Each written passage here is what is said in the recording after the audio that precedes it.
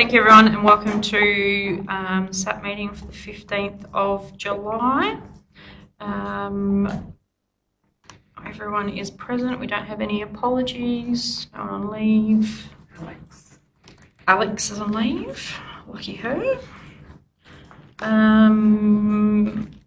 I'll just do the live stream policy. Please note that this meeting is being live streamed, recorded and published in accordance with the Council's live streaming and recording of public meeting policy. To those present in the gallery today, by attending a meeting of the Council, you are consenting to your image, voice and comments being recorded and published.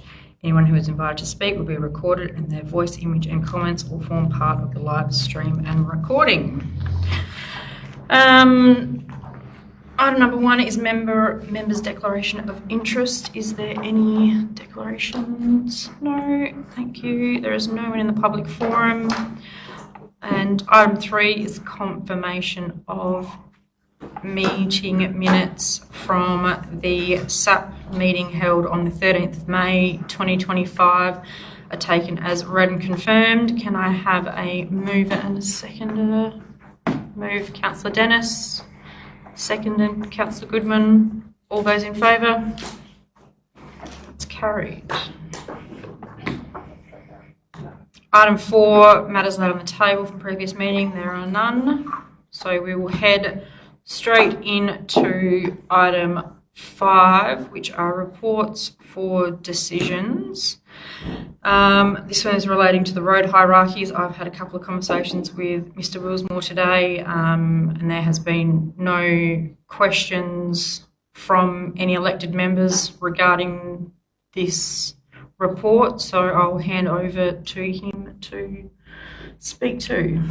Thank you. We've just provided a background of various changes to the hierarchy and reviews undertaken over recent years, and then provided some commentary on where the 6 metres is being driven from. So the Development Act, so if any private developer wants to provide a development, they'd be required to provide a 6 metre wide road. That's a requirement based on CFS to allow trucks to pass other vehicles and turn around on the road or a driveway. So that 6 metres is what's driving that function. This was discussed briefly on the previous bus trip. There is an option there that they do have dispensation for private driveways, but then they require passing bays at a minimum width of 6 metres and a length of 17 metres every 200 metres is required. That just the inefficiencies of how you construct that would probably negate any cost savings. Reducing the width of the road from a 6 metres to a 4 metres with the passing bays. We've also provided some cost implications there. Estimates, it depends on the road, the location of the road, location of pits, what needs to be done before we start cutting in rubble and the like. So their estimated costs of a 6 metre road, 72,000, and a 4 metre road would be about 44,000. That doesn't include the passing bays, as discussed previously. So our recommendation is that the limited access tracks are left at 6 metre wide when the road is required to be resheeted. So hence no change to the road hierarchy. So happy to take questions on the report.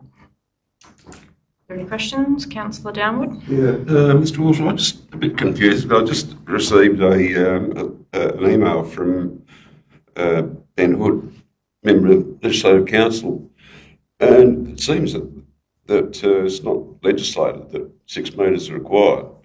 It might be more a wish than a legislation. So the guidelines got for private roads of 3.5 metres with additional 0.5 metre clearances is on the list. I'm just, to me, it seems that we could do on roads 4 metres without having to do 6. It's to be determined by us more than anything. Can you help me out there? Well, the PDI Act, so the Planning Act specifies it as 6 metre wide road. So I'm happy for you to share the email and we can review it further and get back to you. But based on the Planning Act, so the Planning Design Code, that specifies a 6 metre wide road. Okay. I'm happy to give, I printed this out from what Ben sent me. I've got to get through this afternoon, so more than happy to give it to you. I think the only, Question through the chair. Hang on 2 seconds. I was just going to say, I think the other consideration too is risk.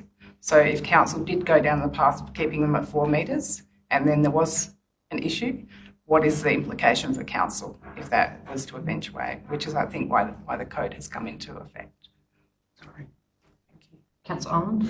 Excuse me. Thank you, Chairman Crossling. Thanks for your report, Mr. Willsmore. You've gone to a lot of work. I appreciate it.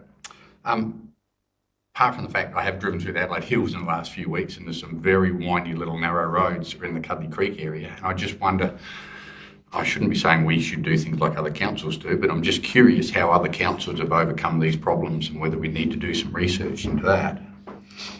The second question was the formed road width of 6 metres. We've got 1 metre, we've got earth shoulders in our formed roads. So does that actually mean our formed road is actually 8 metres in width, given those earth shoulders? I just want you to clarify for me the definitions here. No, so the pavement width would still be 6 metres, so the form shoulders provide additional protection for the road, but the pavement width would still be 6 metres, so it would be 6 metres carriageway.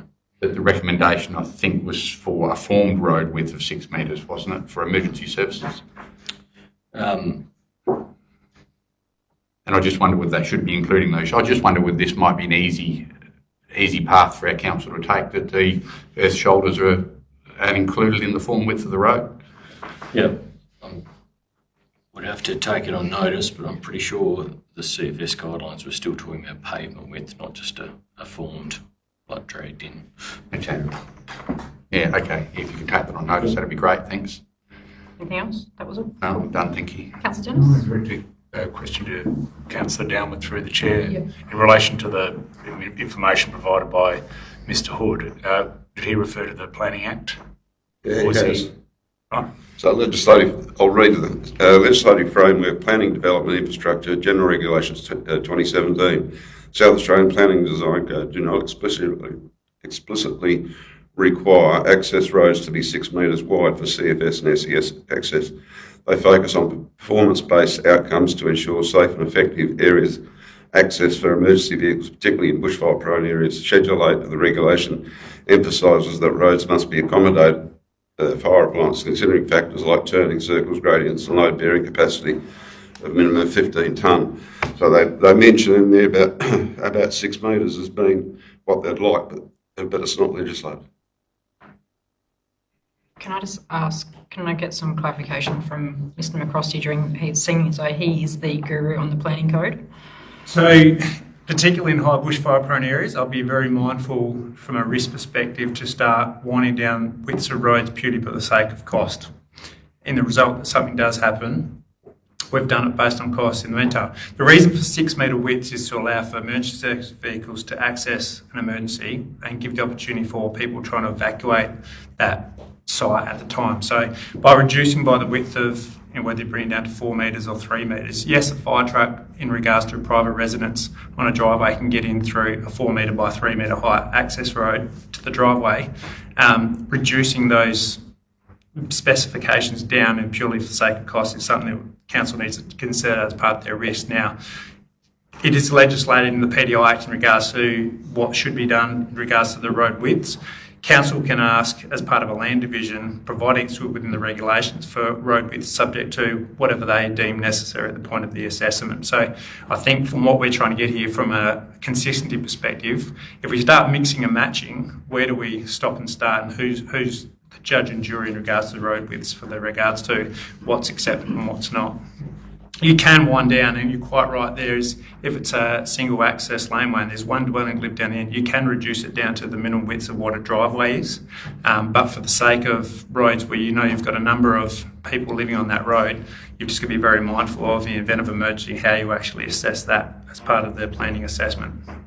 So through the chair, like Mundalina Lane or road, where you've only got, was it 2 properties down there in the family. I mean, that's, I would have thought would be a road that we would look at if we're going to do it at 4 metres rather than putting a 6 metre road through the middle. It's a through road as well, so it's not just the direct residents that would be using that road. So it's a through road, which may encourage, if it is upgraded, it may encourage more people to use it as well. Mayor Ross, you had a question? This discussion originated around the likes of Shuards Lane and most probably other lanes or whatever that we want. That's the road name, lane, and allowing better access along those sort of limited access roads. And out on the Lock Harbour Plain, there's no way you're going to be impinged by overhanging trees and that sort of stuff.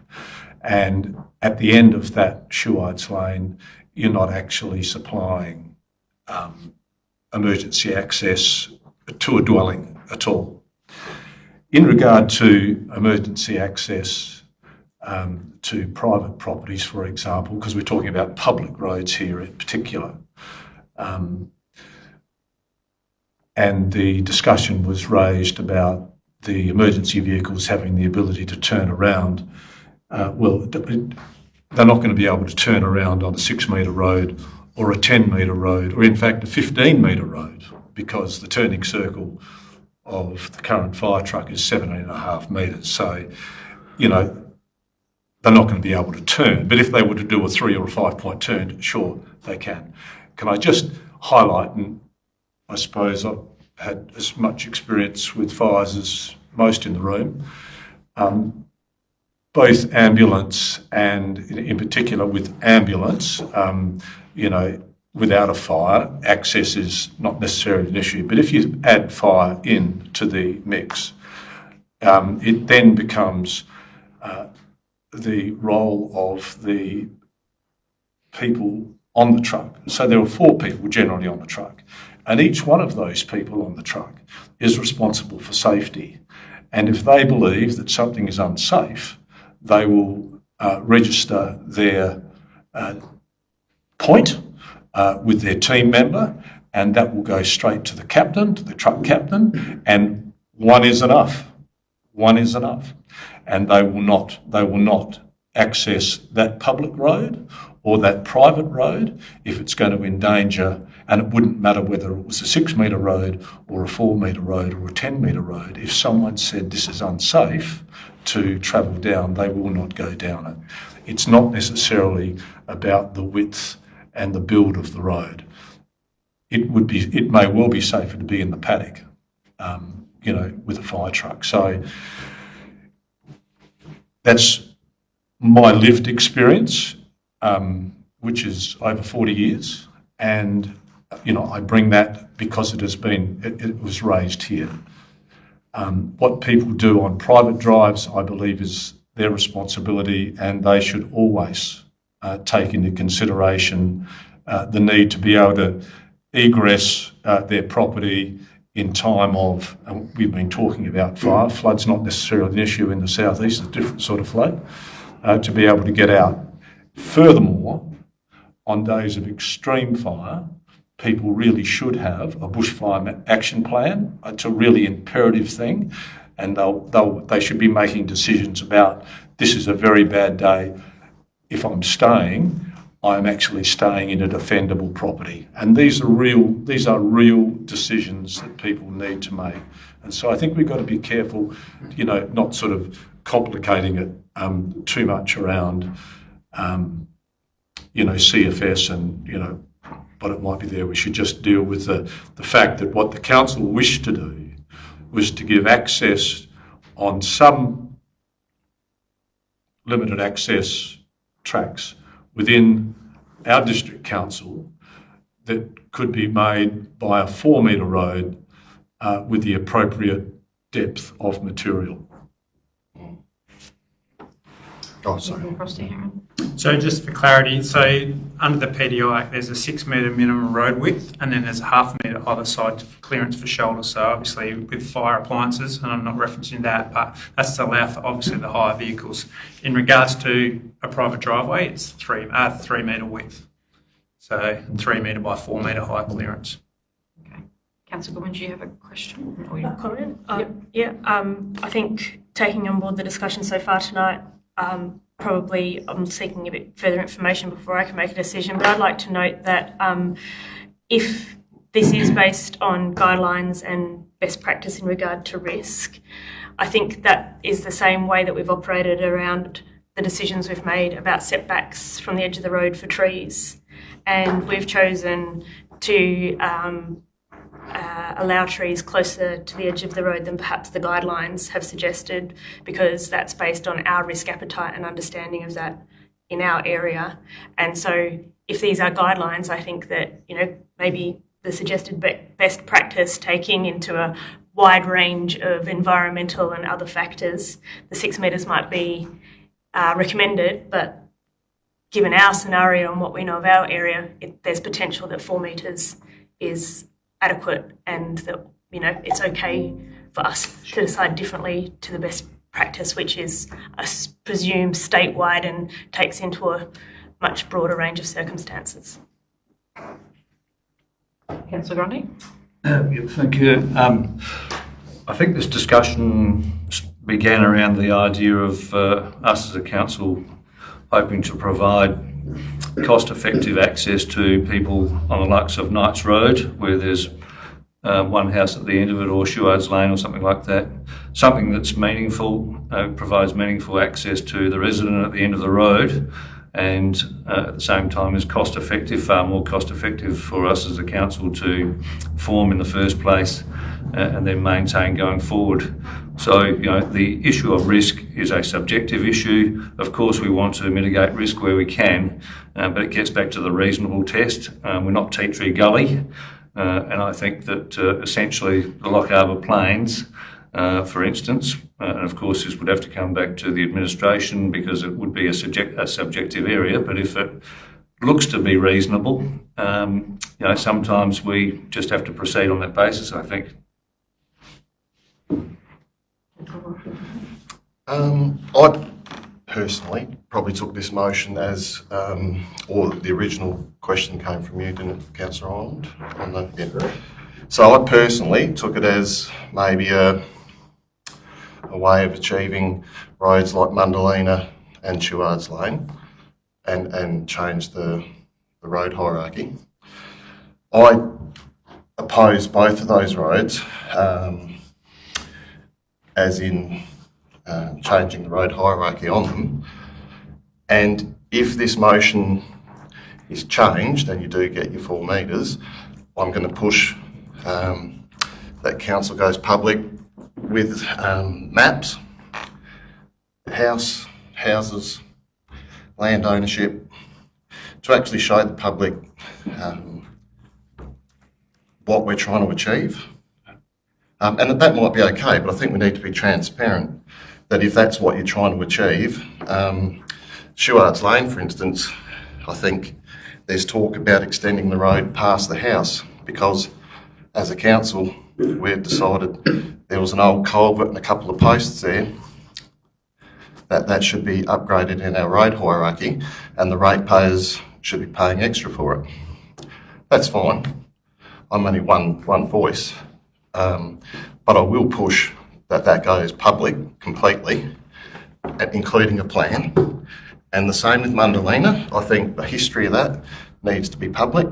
So change it to 4 metres, but you've got to be open and transparent to the public of the complete story.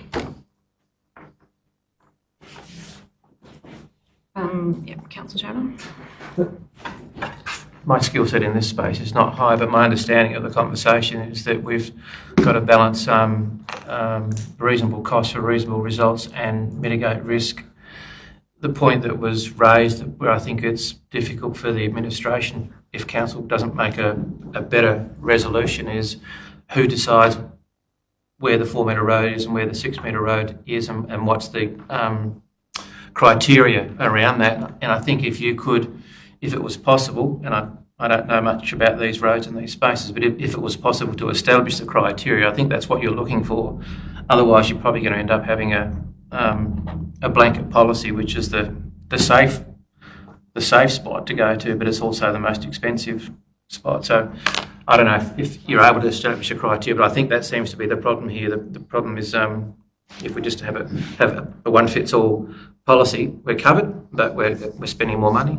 But if we could establish a criteria that a narrow road with a house at the end of it doesn't constitute the same level of road structure, if you like, as a main road, a main through road where other people are using it. And I take the point too, I hadn't thought about it, that in the case of emergency, you do have people travelling both ways. You will have people travelling against the flow, whether they're travelling to or from the fire, and you do need safe passage where vehicles can pass each other, because if people leave things to the last minute and there is a fire, well, those sort of things could happen. But I also realise that we've got a lot of open space here with not too many trees, and we've got a lot of roads on them, and other areas have dense foliage. So it seems like the criteria for me is the challenge. So the report does provide a criteria for a limited access track, which provides a service function description and a road type description, which is based on the Australian Road Research Board's unsealed road classification. So that's being provided there if council wanted to go down that path. That one there, Yep. Councillor Ireland? May I ask another question, please? Chairman Crossling. Mr Wilsmore, if we could actually go back to page 7, please, at the bottom of page 7. I think it actually answers... Sorry, I must be on a different page here. Yeah, that sheet's different to ours sometimes. It is different actually to mine, but under the code, the features related to this performance outcome includes the following requirements for roads: to have a minimum formed road width of 6 metres. So does that include the 1 metre earth shoulders? Yeah, that was a question you asked before, so I'd have to... Yeah, that's what I mean, because you asked, didn't have it in front of you, but you've actually got it in there, I think, that it is a formed road. That's why I was just curious about whether that clarifies it. Yeah, so I know the CFS, through different guidelines, had to have certain pavement criteria to take a certain weight of a truck, so I just have to check that. So Thank you. Councillor Townsend. I've no wish to lecture council about why we have a road hierarchy, but it is around our financial discipline and single councillor lobbying or multiple councillor lobbying for certain roads in the area. If we have a framework and we have a set of rules, then we don't have pressure groups targeting councillors to fix certain roads beyond their requirements. So that's hence my reticence to not have a very defined set of rules around what roads we do and what we don't. As Councillor Turner said, my competency on road manufacture I entrust to our officers, but I'm hesitant to veer away from a distinct and precise road hierarchy that provides discipline for council, direction for our officers, and sensible financial management for our council. Through the chair, Mr Wilsmore, Mundalina, that was in this year's budget originally for $1.3 million. Again, I'd like to see this go public and actually put some more information out to the public to actually show them the condition of the road, the amount of houses that are on that road. If we were to go back to a 4 metre, what would your estimated cost be? No, I'm not going to answer that off the top of my head. So. Would it significantly drop the... Oh, again, it depends on if the direction is just a straight 4 metre road or if we're going to put in the passing base. So I've provided some costings for a kilometre road. I think Mundalina's about 7.5 k's. So, but with that, there's a fair bit of work that needed to be done, including the removal of private infrastructure. So. I believe the resolution of council is that we go away and look at different things that we can do along that road as well. So it's not just doing the whole strip. Other comments? I was just going to make a comment that, and obviously talking about more emergency services vehicles, but Mundalina is obviously a through road. We do have trucks that are at least 2.5 metres wide and super spreaders that are 2.8 metres wide and lots of other vehicles. So I think we obviously need to take that in consideration, that obviously we have a precedent or a suggestion there from the CFS, and that we might want to save money, but to what risk do we want to be cost saving, I suppose, is my comments. Has anyone got any? Councillor Grundy? Thank you. Is it going to compromise the road hierarchy to have this in as an option going forward? Is there any reason why it can't be added into the hierarchy as an option going forward to complement the 6 metre thing, which essentially would be at the discretion of the officers? So again, if council decided to introduce an additional classification, I've provided an example there, so we could include that in the hierarchy if that's the direction.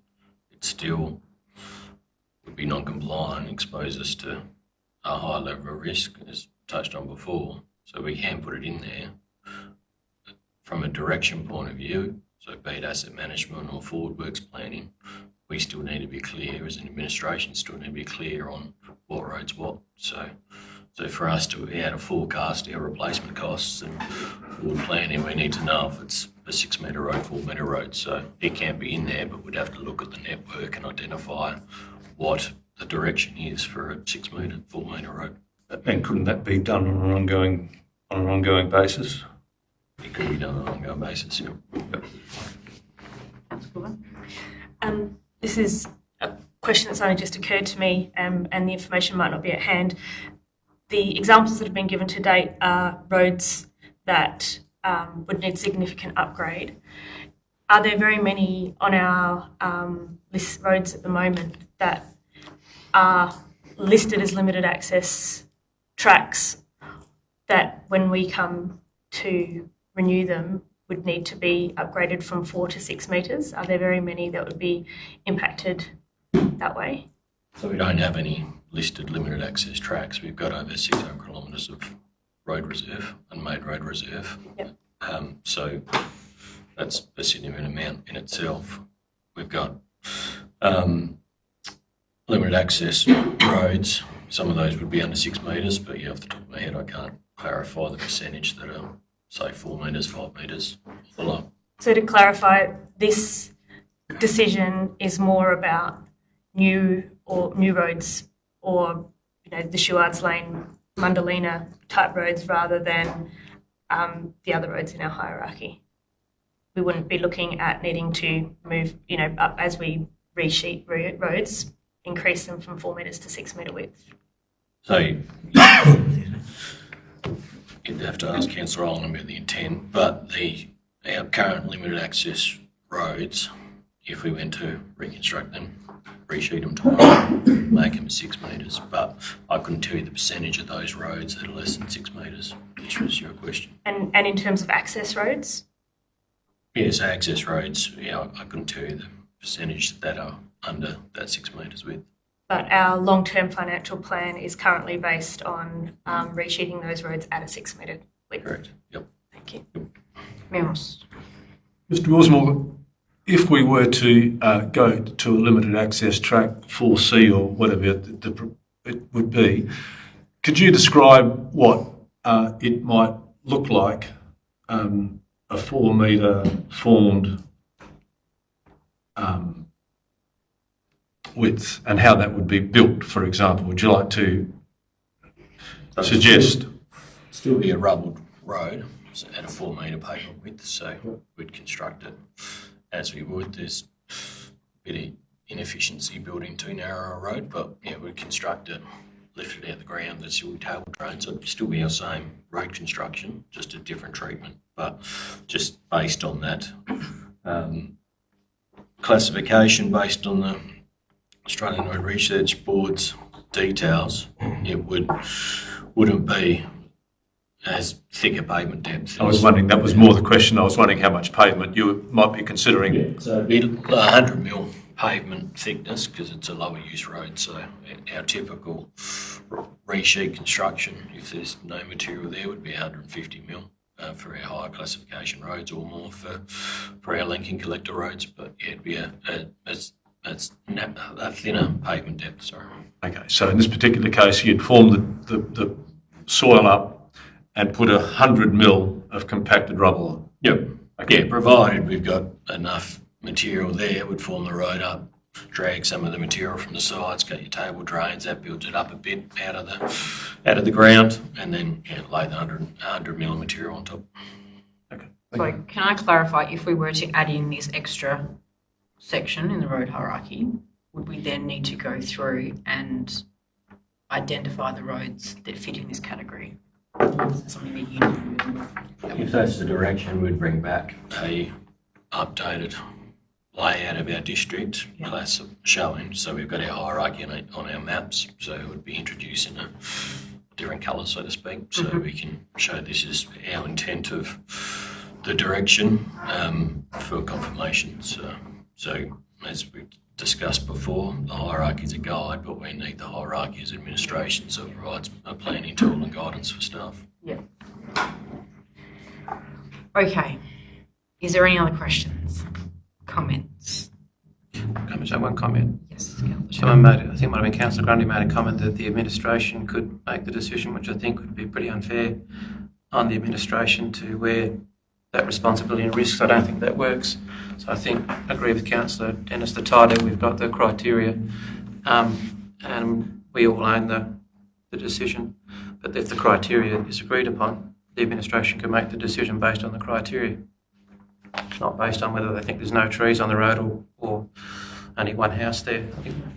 Yeah, that's the service function description for a limited access track provides access to low use areas or individual property sites and forested areas catered for low travel speed and a range of vehicles, may be seasonally closed. So it provides some clarity, so we'll do our assessment based on what we know of the land use, and that's what we'll come back with. Councillor Grundy. Given the potential cost savings that are associated with this 4 metre concept as opposed to a 6 metre concept, I'd like to try and progress this. And I don't know what the best way of doing that is, whether it comes back to another SAP meeting on account after Mr Willsmore's research, or whether we look to tackle it tonight by way of a recommendation. Councillor Holland, did you have a Sorry, comment? along those same lines, that Mr Willsmore was hoping to get back with basically a question with notice to inform us about whether it is a carriageway width or a formed road width that the CFS emergency services are requiring. And I think we need more information perhaps before we go anywhere with this. So yeah, if we could perhaps want to Table this motion. take that on the table to the next Through you, we are having a workshop on asset management plans scheduled for late August or September. That might be an opportunity for us to get the information together and have a discussion as part of the broader asset management planning process. So you can see where the hierarchy fits within that plan. Does that sound okay? So to look at that extra hierarchy class, asset class, to see where that fits, bring that back in the pool. Do we need to move anything for that, or is that just something that we will let? If the committee wished to... Moves anything. If no one moves anything, You just move on. Yeah, But it's you just need a recommendation. anything else for you? So basically, we'll trust us that we're going to bring this information to the briefing session where you'll be able to have a look at where it fits in the hierarchy. We can get some more information together, and then from that, it can either come back to SAP or it can go to council. Does that make sense? Yeah. Yep. Okay, cool. We'll let that motion.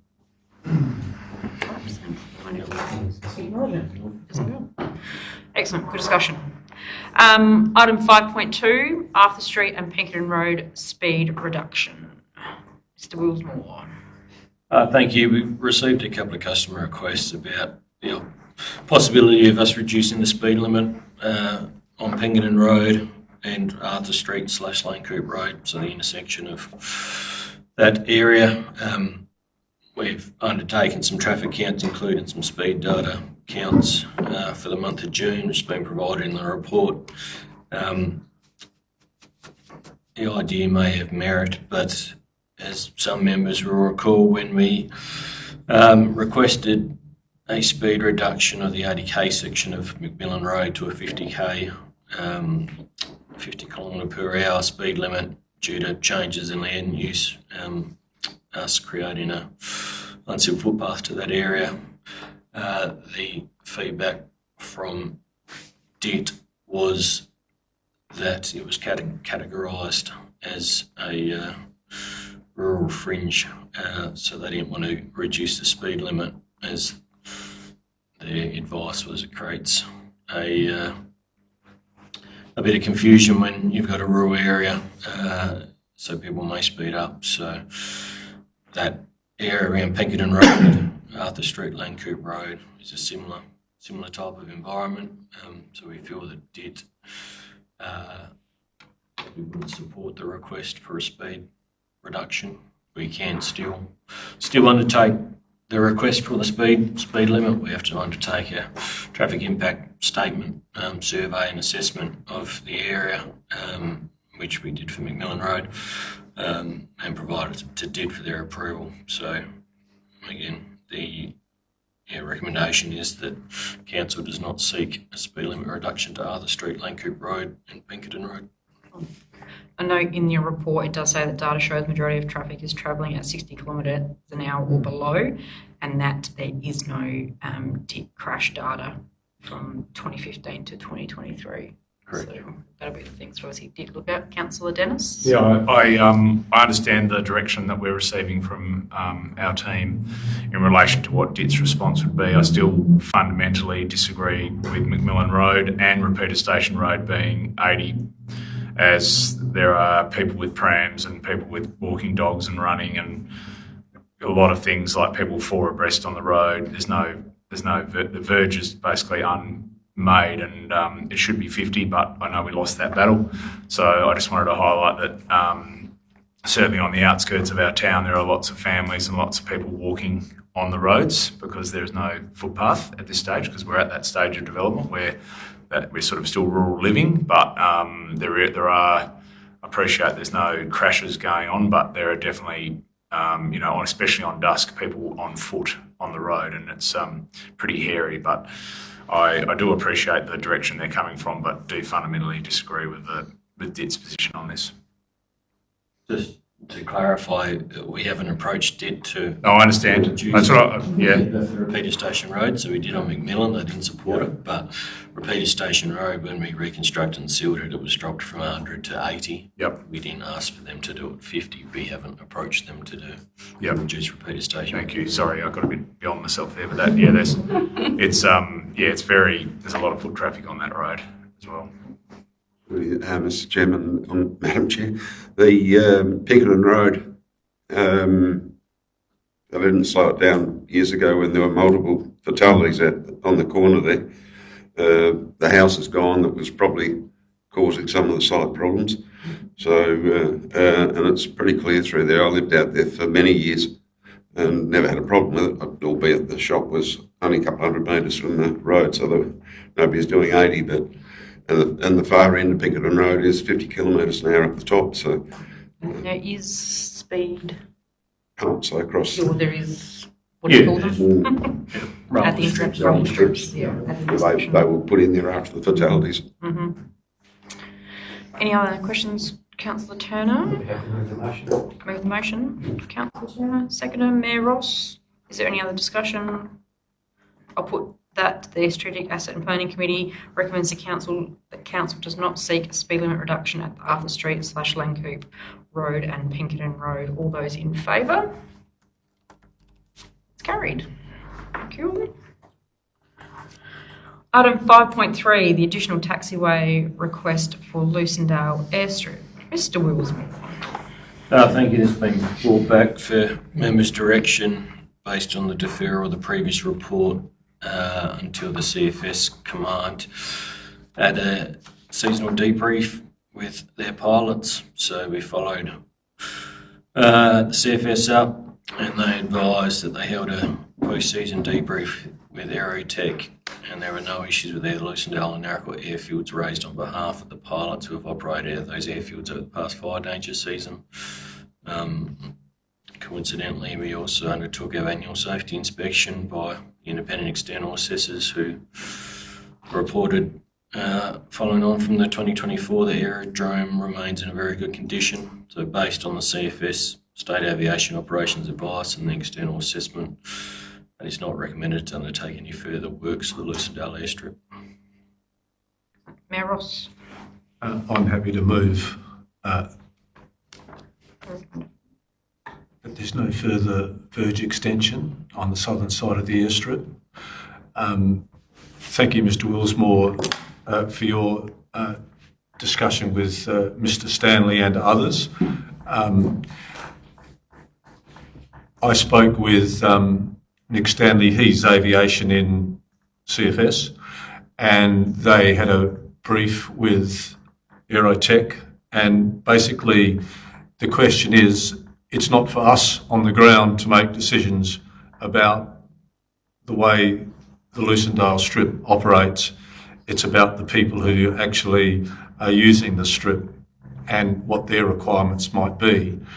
And the Aerotech pilots, and we would have had a fairly good range of them through the Lucendale Strip in the last year, and they, as reported to Mr. Willsmore, are happy with the way the strip operates. And on that, I'm happy to move. I'll second it. Whereas Mayor Ross move, Councillor Rayner seconded. Is there any other questions or comments regarding that motion? If not, I put the motion that the Strategic Asset and Planning Committee recommends to Council not to support further verge extension to the southern side of the Lucendale airstrip. All those in favour? That is carried. Item 5.4 is the Musgrave Avenue 70% design. Mr. Wilkesmore. Thank you. So we brought the design back for members' direction. So the design was updated based on direction by elected members and then further review by the working group with the key changes I've listed, which was based on the actions out of the working group meeting. So based on those actions, then initial consultation undertaken with DET, the changes of the design has been updated through discussions with DET around the heavy vehicle bus parking bay and ensuring that site distances are maintained. It's required. The need for additional survey larger than initially assessed when we were reviewing that location, so it's pushed it further back to Country Club Road to allow for heavy vehicle movements and then turning in off Country Club Road. So the requirement is for additional survey of the Country Club Road intersection to allow us to finalise the design. So expected cost of the additional survey works would be around $5,000 if we were to proceed. Mr. Wilsmore. And so if that truck parking bay was to be approved, is that included in the current 750 or is that additional spend? So it'll be additional spend for that. It's larger than what we expected to have to do. We have reduced the design from 3 formalised heavy vehicle parking areas down to 1.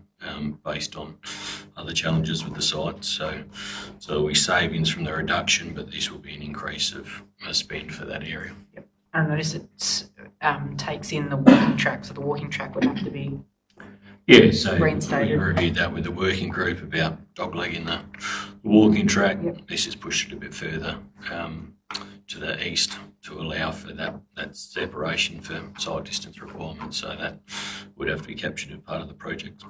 All right. Are there any questions regarding this? Comments? Councillor Goodman? I'm happy to move that motion. I would like to note that, to my understanding, this current design has not been shown in any consultation way to the community. It's been available through, I think, some of the meetings, but this has just been discussion amongst councillors in terms of the design that is currently being considered. You're talking about this one here, the revision C design? Yeah. Nobody seconded it. I think that the plan reflects what I interpreted from the several street walks and the key features that people did and didn't want in the community. And I think that, as per usual, there'll be some people that complain about things, other people will be delighted. So I'm happy to second the motion, and I appreciate the work that Mr. Willsmore's done and in the way he managed our little working group. I think it was a good result. I'm hoping the listener to our community appreciates it. Is there any other commentary? Otherwise, I can put the motion to the chamber that the Strategic Asset and Planning Committee recommends to Council that Council endorses a revised design of Musgrave Avenue with the inclusion of the additional survey of Country Club Road to allow for heavy vehicle parking arrangement, and proceeds to DIC consultation and final design documentation. All those in favour? That is carried. Thank you.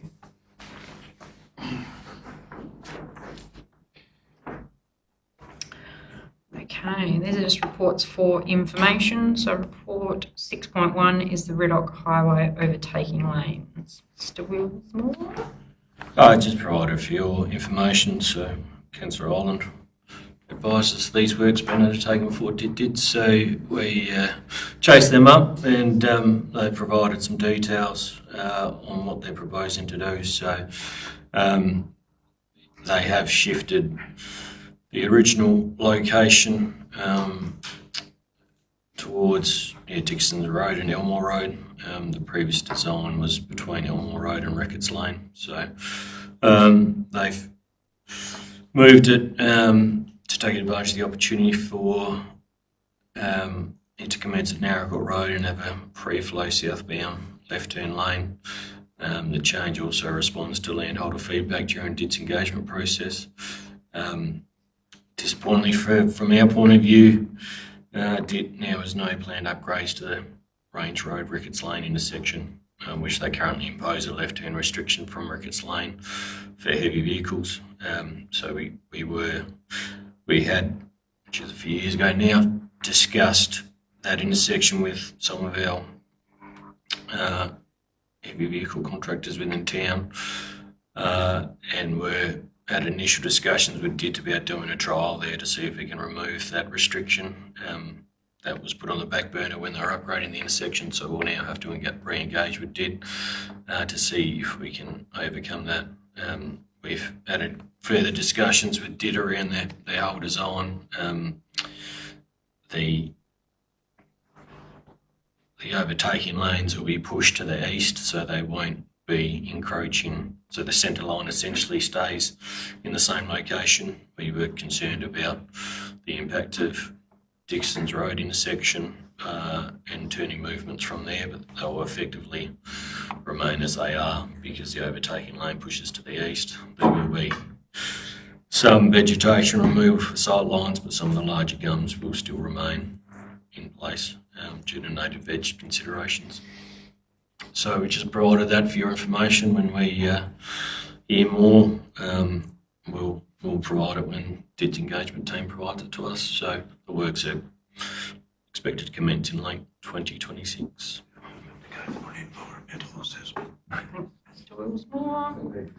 The next one is item 6.2, which is the RAA Risky Roads Report 2024. Just provided again for members' information. So they release an annual review of roads across the state. So pleasingly, Naracoorte Council Council roads were again not identified in this report. So it was just provided for members' information. Excellent. Thank you. There's no questions with notice, there's no motions with notice, there's no questions without notice, or questions with note. Councillor Maguire. Was that consistent? Oh, sorry, it's only it's just probably one to get the information out to the public through the chair to Mrs. Collins. Would you be able to tell us when the Struan Bridge consultation will be started? I've got that on my list to catch up with Mr. Wilsmore about that. Now that he's returned from leave, I've got everything ready to go. So we're currently going through consultation with DID, so we're reviewing the options with them before we go to the community. Yeah, thank you. I've just had a few people ask. That's all.